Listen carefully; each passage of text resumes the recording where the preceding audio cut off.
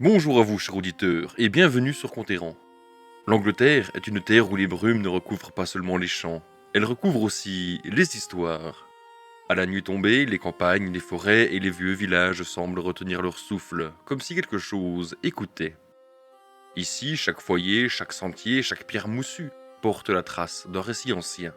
Des êtres qui veillent, d'autres qui rôdent, d'autres encore qui punissent ou récompensent selon leur humeur. Ce sont des légendes nées du froid, de la mer, des landes éternelles. Des récits transmis au coin du feu pour expliquer ce qui échappe, pour avertir, pour émerveiller et parfois pour effrayer. Ce soir, nous traversons la frontière des histoires de l'Angleterre profonde. Et derrière cette frontière, tout peut arriver.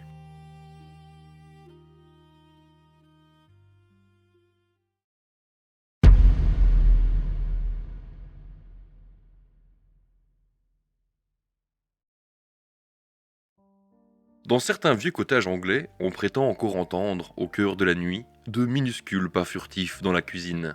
Ce ne sont ni des souris, ni des voleurs, ni même le vent qui s'invite. Ce sont les brownies. On dit que ce sont de petits êtres discrets, jamais plus haut qu'un avant-bras, la peau brune comme la terre humide, les yeux brillants comme deux braises joyeuses. Ils n'aiment pas être vus, ni être dérangés, mais ils adorent aider. Les brownies s'installent dans les maisons où l'on respecte le foyer. Ils se cachent derrière une poutre, sous une marche, dans un vieux panier oublié. La journée, ils dorment. Mais une fois que les habitants se sont couchés, ils se réveillent et se mettent silencieusement au travail. Ils balaient les sols, rangent les chaussures, réparent les chaussettes, referment une fenêtre mal fermée, frottent les casseroles oubliées. Un véritable petit peuple de travailleurs nocturnes. Et ils ne demandent jamais de salaire. Seulement une chose, une petite offrande de lait, de pain ou de miel déposée discrètement sur le rebord de la cheminée. Mais attention, les brownies sont serviables, mais fiers, très fiers. S'ils se sentent insultés, ridiculisés ou traités comme des serviteurs, ils disparaissent à jamais. On raconte qu'un jour, une famille voulant remercier le petit être qui veillait sur leur ferme, lui offrit une tenue toute neuve, tunique, pantalon et même un petit bonnet. Un cadeau magnifique, mais une erreur fatale. Car en voyant les vêtements déposés pour lui, le brownie s'est vexé, croyant qu'on voulait l'habiller pour qu'il travaille mieux, comme un domestique. Alors il rit, un petit rire triste. Puis il aurait murmuré « Un brownie vêtu est un brownie perdu ». Et il partit. On dit qu'on ne l'a jamais revu et que la maison depuis n'a jamais retrouvé son calme ni sa chance. C'est ainsi avec les brownies. Ils n'aident que les foyers qui les respectent, ils ne se montrent que dans les angles d'un œil fatigué, et ils ne restent que là où leur liberté est honorée.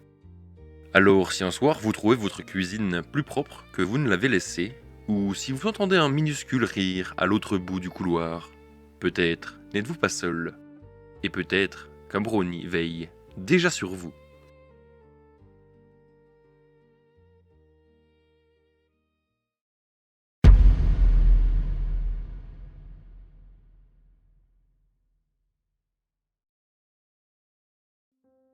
Dans l'est de l'Angleterre, là où les landes s'étirent en collines grises et où la mer frappe les falaises comme un tambour funèbre, une ombre rôde depuis des siècles.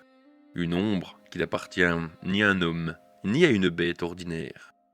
On l'appelle le Black Shock. Il apparaît surtout les nuits de rage, lorsque le vent hurle entre les maisons et que le ciel se déchire en éclairs blancs. D'autres disent qu'il est immense comme un cheval, d'autres prétendent qu'il est silencieux comme un spectre. Mais tout le monde confirme deux choses.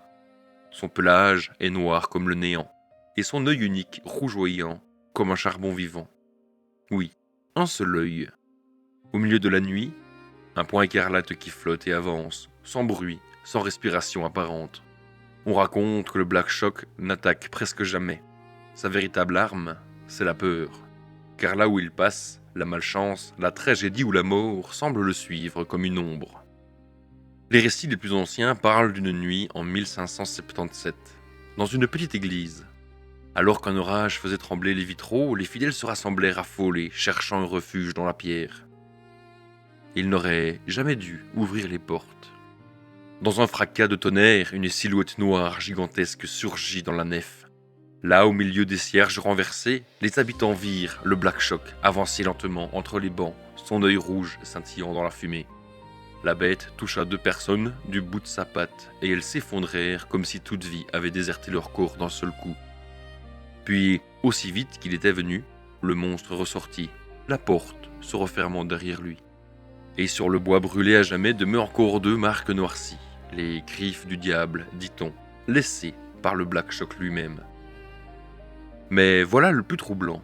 Toutes les légendes s'accordent sur un point. Le Black Shock n'apparaît pas pour tuer, il apparaît pour prévenir. Certains voyageurs jurent qu'en le voyant marcher à leur côté sur une route déserte, ils ont senti une étrange protection, comme si la créature veillait sur eux. D'autres disent qu'il annonce un deuil, un danger, ou un changement brutal dans la vie de celui qui croise son regard. Il serait un messager, et non un bourreau, un signe, un présage. Alors si un soir, sur une route battue par la pluie, vous apercevez une silhouette immense suivre vos pas, si dans l'obscurité, un seul œil rouge se met à briller, ne courez pas, ne criez pas, car le Black Shock ne vient jamais par hasard. Il vient quand votre histoire est sur le point de changer.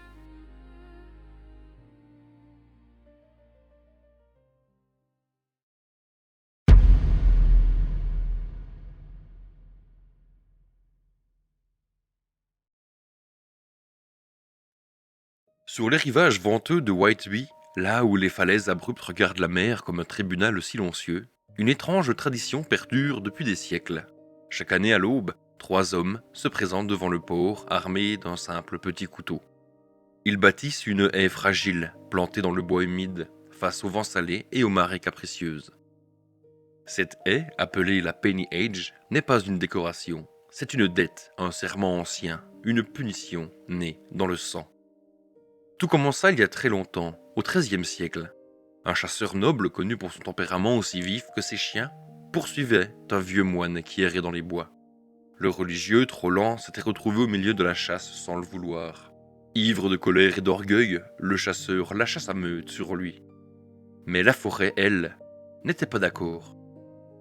Lorsque le moine tomba, un calme étrange s'abattit sur les bois. Les chiens se figèrent, le vent se tut, et même les feuilles cessèrent de trembler. Alors, au milieu de ce silence lourd, le moine blessé se redressa et posa une main sur la terre. On raconte qu'il n'était pas un simple homme, mais un être béni, ou peut-être protégé par des forces bien plus anciennes. Il prononça alors une malédiction. Pas une malédiction de mort, ni de désolation, mais une sentence de honte, qui peserait sur la famille du chasseur et sur tout Whiteby. Vous ne serez libéré que lorsque vous aurez construit une haie capable de survivre à la marée, avec un simple couteau et un simple penny. Les hommes rirent d'abord, puis ils tentèrent, puis ils échouèrent, encore et encore. La mer, moqueuse, renversait leur ouvrage à chaque passage des vagues. Le vent tordait les branches, les arrachait, les dispersait comme de la paille. Mais la malédiction était réelle. Chaque année où la haie cédait, un malheur s'abattait sur la ville. Les pêches échouaient, les tempêtes plus violentes, les disparitions en mer. Les habitants comprirent alors qu'ils devaient aider. Depuis ce jour, au lever du soleil, 3 hommes, qu'ils soient pêcheurs, marchands ou simples passants, se rassemblent avec un seul petit couteau. Ils taillent, nouent et plantent des branches de bois tendre, liées si soigneusement qu'elles peuvent résister à la marée montante. Et lorsque le soir tombe, si la Penny Age tient encore debout, on dit que Whiteby est sain et sauf pour une année de plus. Pourtant, personne ne sait vraiment ce qu'il adviendrait si un jour la haie venait à tomber avant la nuit. Certains murmurent que le chasseur maudit errerait de nouveau sur les falaises, d'autres disent que la mer réclamerait sa dette, enfin payée. Et si un matin de printemps, vous passez près du bord de Whiteby, et que vous trouvez 3 silhouettes penchées sur une étrange petite haie plantée dans le sable, ne les interrompez pas, car ce qu'ils construisent vaut bien plus qu'un penny. Et c'est la dernière barrière entre Whiteby et ce qui attend que la haie cède.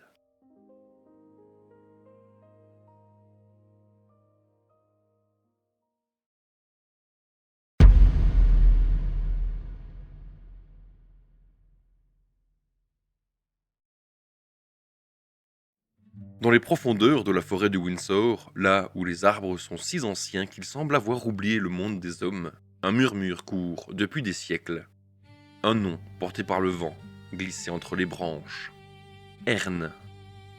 On dit qu'à certaines nuits, lorsque la nuit flotte comme un œil pâle et que l'air devient lourd, un cavalier surgit d'entre les chênes, enveloppé d'ombre et de vent. Sa monture frappe le sol sans bruit, ses pas ne laissent pas de traces, et ses yeux brillent comme deux braises prisonnières d'un crépuscule éternel. Ce cavalier n'est pas un homme, pas tout à fait. C'est Ern, le chasseur, spectre de la forêt, gardien maudit, condamné à errer pour l'éternité. Son histoire remonte au temps où le roi Richard II chassait dans ses bois. Parmi ses chasseurs, Ern était le plus habile. Il connaissait les sous-bois comme on connaît les lignes de sa propre main. Les animaux semblaient lui parler, les arbres s'inclinaient à son passage. On disait qu'il était né sous une étoile étrange et que la forêt elle-même lui aurait offert son souffle. Un jour, lors d'une chasse royale, le roi fut attaqué par un grand cerf monstrueux. Les autres chasseurs reculèrent, paralysés. Mais Ern bondit, s'interposant entre le roi et la bête. Le choc fut terrible, et Ern fut mortellement blessé. Alors la forêt trembla. Du cœur du bois surgit un étrange homme aux yeux verts. Certains disent un sorcier, d'autres un esprit sylvestre. Il posa une main sur la blessure du chasseur, puis couronna son front d'un bois de cerf. Un pacte scella leur destin. Ern survécut, mais ne fut plus jamais le même. La couronne de bois semblait s'enraciner dans son crâne. Ses sens devinrent ceux d'un animal, ses cris ceux d'une bête traquée. La forêt l'appelait, chaque nuit, un peu plus fort. Ses compagnons, rongés par la jalousie d'abord, puis par la peur, finirent par l'accuser de sorcellerie. Isolé, fou de désespoir, Ern s'enfonça dans les bois. On le retrouva pendu à un grand chêne. Le vent, ce jour-là, porta ces derniers mots. « Je reviendrai. » Et il revint. Depuis, lorsque le vent se lève dans la forêt de Windsor, lorsque les chênes se plient comme sous une cavalcade invisible, lorsque les biches fuient sans raison apparente, c'est qu'Ern chevauche de nouveau. On raconte qu'il apparaît aux voyageurs perdus, aux chasseurs insolents, aux rois comme aux vagabonds, parfois pour les égarer, parfois pour les protéger, toujours pour rappeler que la forêt n'appartient à personne. Si un soir vous vous aventurez sous les arbres de Windsor et que vous entendez les sabots d'un cheval galoper sans bruit, ne le cherchez pas, ne l'appelez pas, car Ern le chasseur ne répond qu'à la forêt, et ceux qui croisent son regard ne reviennent jamais tout à fait les mêmes.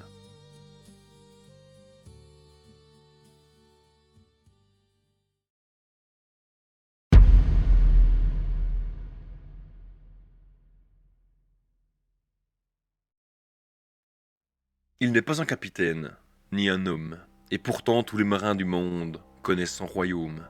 C'est lui qui règne sur le fond des océans, là où la lumière ne descend plus, où les navires brisés deviennent des tombes, et où les noyés errent, leurs vêtements flottants comme des linceuls.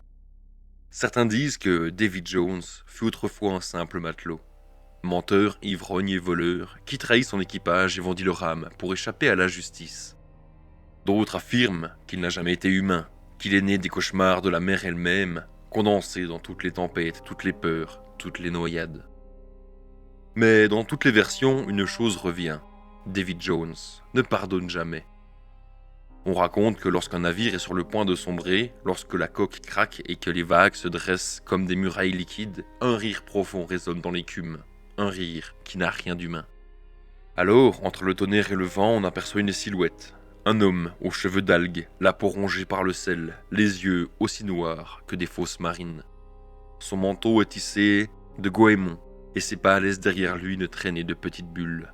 Il avance sur les vagues comme sur un parquet de bois, et derrière lui se balancent des lanternes éclairant des visages pâles, ceux des marins qu'il a déjà pris. Quand Davy Jones ouvre son terrible coffre, on y entend les cris étouffés des noyés, les grincements des épaves et la prière vaine de ceux qui n'ont pas su respecter la mer. Car chaque âme perdue en mer, chaque marin englouti par une tempête, y trouve sa place. On dit qu'il peut épargner un navire, mais exige toujours un prix, un nom, une vie, un avenir volé à la surface. Alors dans les tavernes, on rappelle au jeu de mousse. Respecte la mer, gamin, ou tu finiras dans le coffre de Davy Jones. Parce que parfois, la mer ne veut pas seulement votre bateau, elle veut votre âme.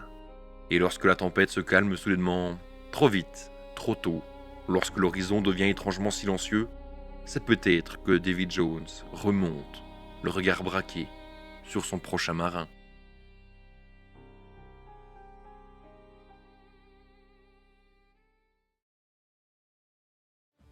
Voilà qui clôture la vidéo, merci de l'avoir écouté jusqu'au bout. Pensez à vous abonner, à liker et commenter si vous voulez soutenir mon travail. N'oubliez pas d'activer la cloche pour être tenu au courant des prochaines sorties. Vous pouvez aussi mettre en commentaire si vous connaissez d'autres légendes anglaises et si un second épisode vous intéresserait. On se retrouve dans les commentaires et surtout prochainement pour de nouveaux contes errants.